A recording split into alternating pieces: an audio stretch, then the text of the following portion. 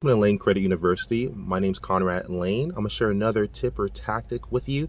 I used to be a HUD certified counselor through a 501c3 nonprofit named NACA, and I will go over a lot of different tri-merge credit reports. And tri-merge just simply means, layman terms, it's just Equifax, Experian, TransUnion. It's just a way to, if you are pulling credit, and I used to work with a bank institution, I would review and overlook people's credit history and credit profiles and credit scores, FICO scores, fair exit scores to be exact. But anyways, quick tip.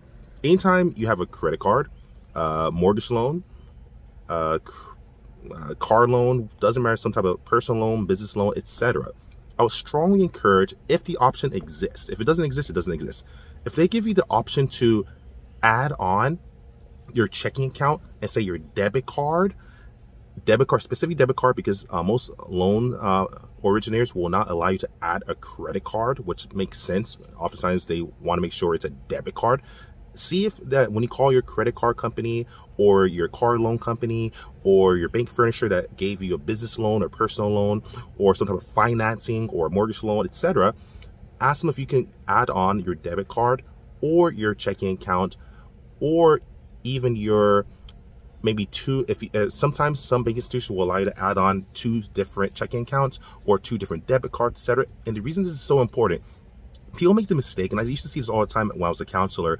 People will add on their checking account and then their debit card that's affiliated to that specific checking account. What I mean is this: if you have a checking account and you have a debit card that's from that checking account, they should not both be added, in my personal opinion. But do as you please. The reason, if for some reason, say you lose that debit card and say you have to close that account down, or if the account gets levied, or if it gets seized, or if it gets frozen, the problem is now you can't make a payment, and now you have to wait to actually add another account in there, or go through a whole process, or wait for your new card to come.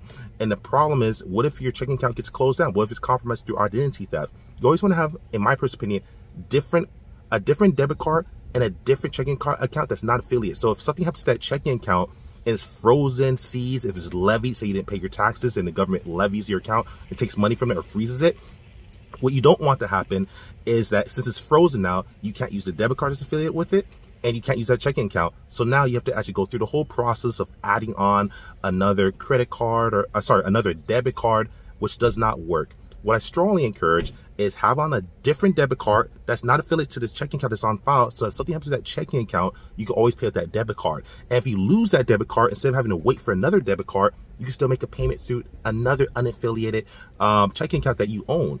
Highly, highly recommend and encourage that, but do as you please. Always have 2 separate debit and checking accounts that are not affiliated and that are not from the same account. Make sure they're separate, so that way if something happens or you're compromised in some type of fashion, because it can happen, you don't miss your payment, because payment history is 35% of the Fair Isaac credit monitoring.